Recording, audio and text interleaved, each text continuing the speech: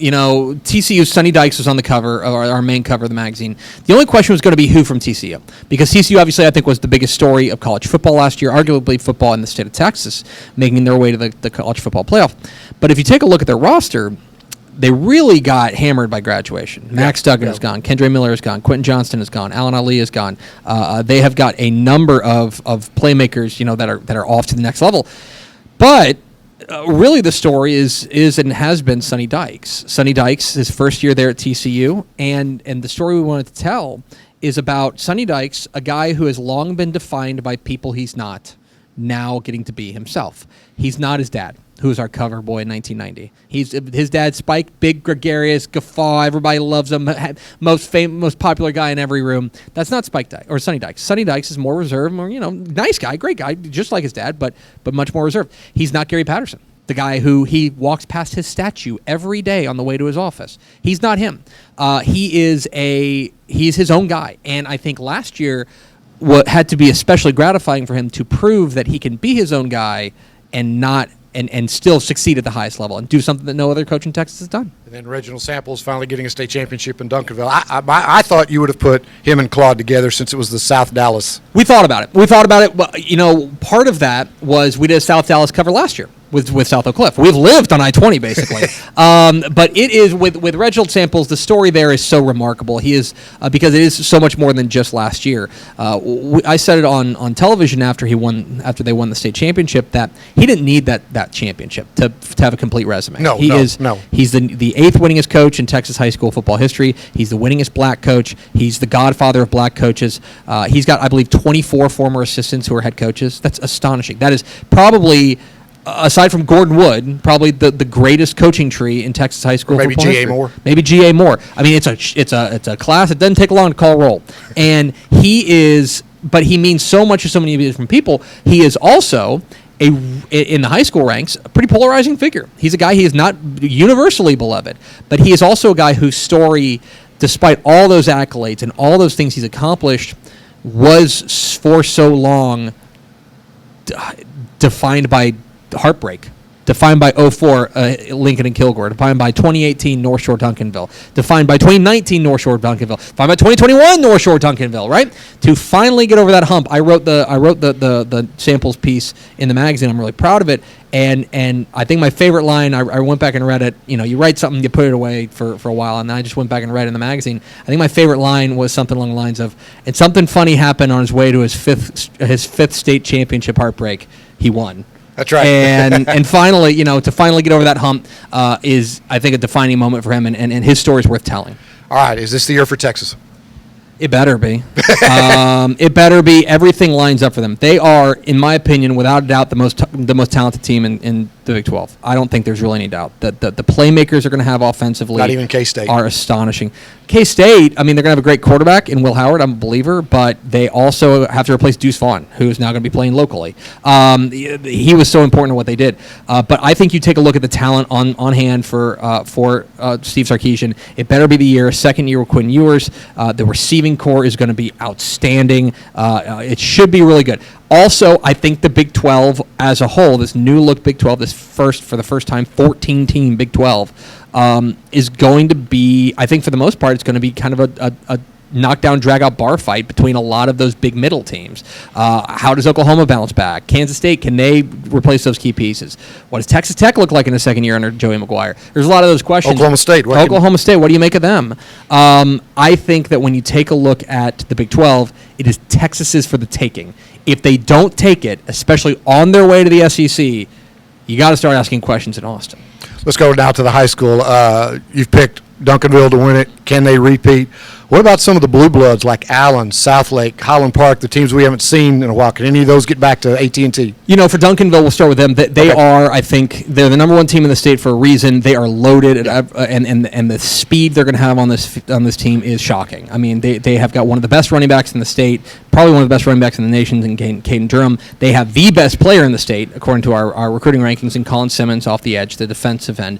They're loaded, and It was funny when I was talking with Reginald Samples for the cover story. I kind of asked him, did he ever think about retirement? And he mentioned right after he left Skyline, he thought about retirement before he came to Duncanville, but he hasn't thought about it since.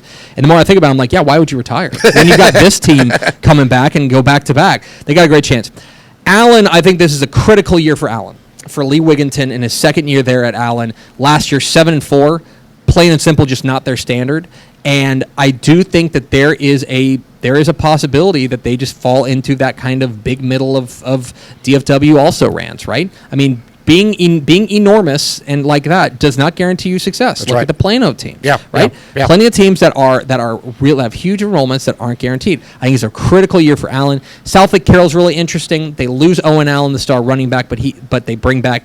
They have a towering quarterback, Graham Knowles. He's 6'100". He's an enormous guy. Can throw it anywhere in the parking lot. He can throw it anywhere. He looks like he was built in a lab at the quarterback spot. Got a great receiver in Jacob Jordan. There are defensive questions I have for them. Highland Park is kind of going to be, I think they're kind of a wait and see. What's so interesting about Highland Park is every year they should be the prototypical team that we don't know what to expect because every year they're so senior heavy. They're so senior heavy. They graduate heavy every year, but then all of a sudden they show up in the third or fourth round of the playoffs and you go, oh, well, Plus Randy Allen's Randy Allen. Absolutely. You don't worry about that. So I would expect a similar for them, but it is, uncharted territory for them in the 6A ranks, and can they hang in those regards? All right, 3-6A. You picked North Crowley, Boswell, Trinity, and then Crowley. First, your take on the Eagles, a new coach, same quarterback. What do you think? Yeah, I really like this quarterback. I think that Crowley's got a lot of talent on the top end. One of the questions I have about them is depth, and they got bit by the injury bug in a pretty serious way last year. Yep. And you started seeing the depth concerns kind of come to light, and I think that still kind of maintains there.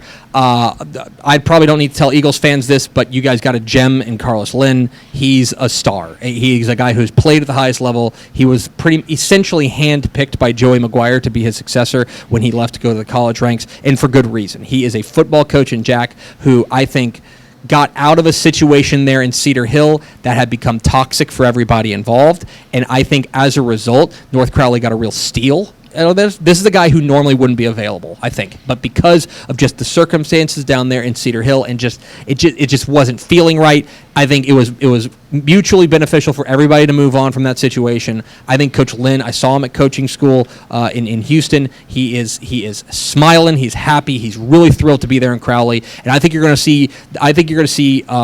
Some real I think you're going to see some improvement immediately. They've got a transfer in from Alito Pope, the running back, who I'm excited to see kind of become that bell cow back. I think the playoffs are you do that. I think this year is the hop and the skip, and then next year can be the jump for Crowley. I like what they're building there, and you don't worry about who's on the sideline because Coach Lynn is one of those guys. You gonna come see us play? I'd love to. I'd love to. Come on. You guys you're playing Friday nights. You know I'm busy on Friday nights. We play Thursday at Summit. September the 7th. R.L. Anderson.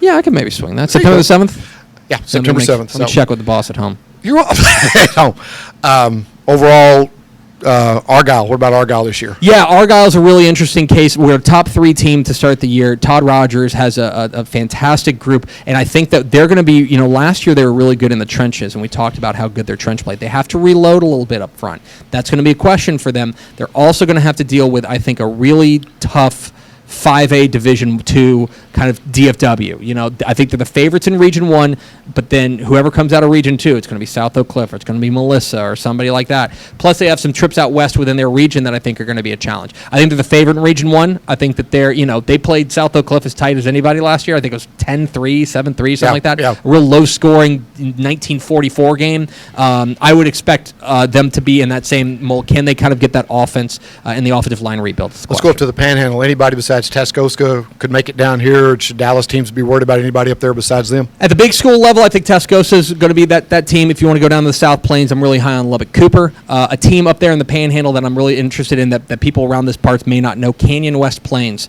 The new school in Canyon ISD started their first year last year and were gangbusters.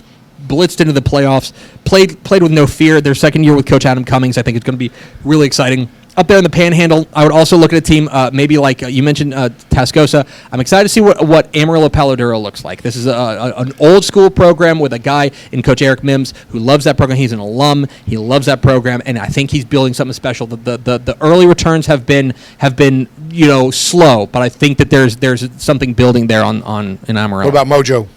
I ask you every year. I mean, every year it's going to be the same question: can you beat Legacy? Can you beat formerly Midland League? Can you beat Legacy? Is Lee that good? Legacy I think they're going to good? be the favorites. I think they're the favorites in the Little Southwest Conference there. But I think it's those two at the top, right? I think that those two have kind of separated themselves as the two teams to beat there in the Little Southwest Conference, District 2 6A. I think it's probably. I need to check where the game is. I don't actually know where the game is. That could play the factor. But I do think those are the top two teams, and that rivalry game will ultimately determine the district champion. And Longview's East Texas all the way, and them in Carthage? Yeah, I think when you take a look at East Texas, Longview is the team to beat. Is this running back as good as everybody says? Taylor Tatum? Yeah. Is he a stud? He's an old school, give him the ball 35 times running back. Really? He's a star. And you can give him the ball in a variety of different ways. He's also something to keep an eye on. He just signed with he just committed to Oklahoma recently, but he is also a dynamite baseball player. And from what I understand, there are people who think he could be a first-round Major League Baseball pick. Okay. So that's something to keep an eye on. But he is a superstar. How John King fills out the defense, I think, is going to be the question. You mentioned Carthage. Carthage is also a team that just reloads. Another championship for Scott Surratt last year.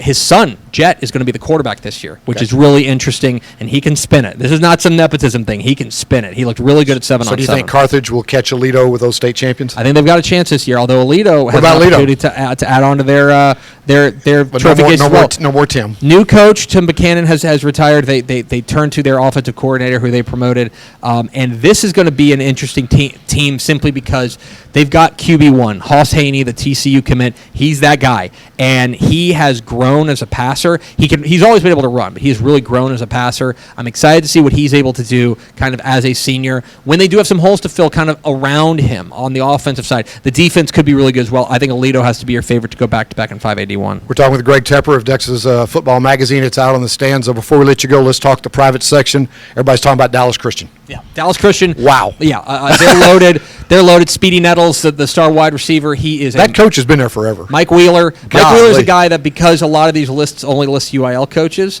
you don't necessarily see him, but he's got 330 some odd wins. Wow. He's one of the winningest coaches in Texas high school football history, and he is a guy who, when you talk about in the private school ranks, I tend to think of that as a lot more fluid, and it's harder to build a power, but Mike Wheeler has been one of the very best coaches in Texas and one of the best kept secrets for a long time, and they have got dudes this year. They have playmakers, do the Chargers. I think they're going to be really good. Parish Episcopal in the DFW Metroplex as well has an opportunity. Surprise, surprise, they're going to be loaded. They've got a number of outstanding kind of big-time prospects that I'm excited to see. Okay, I need you to take this order. Go on vacation for a while. Rest. I insist. I'm going to take my kids to Port Aransas. There you go. Fun. Greg, appreciate the time as always. It's excited. The magazine is out. Under $12. Go get it. Spike Dykes or Sonny Dykes on the cover. Should be fun.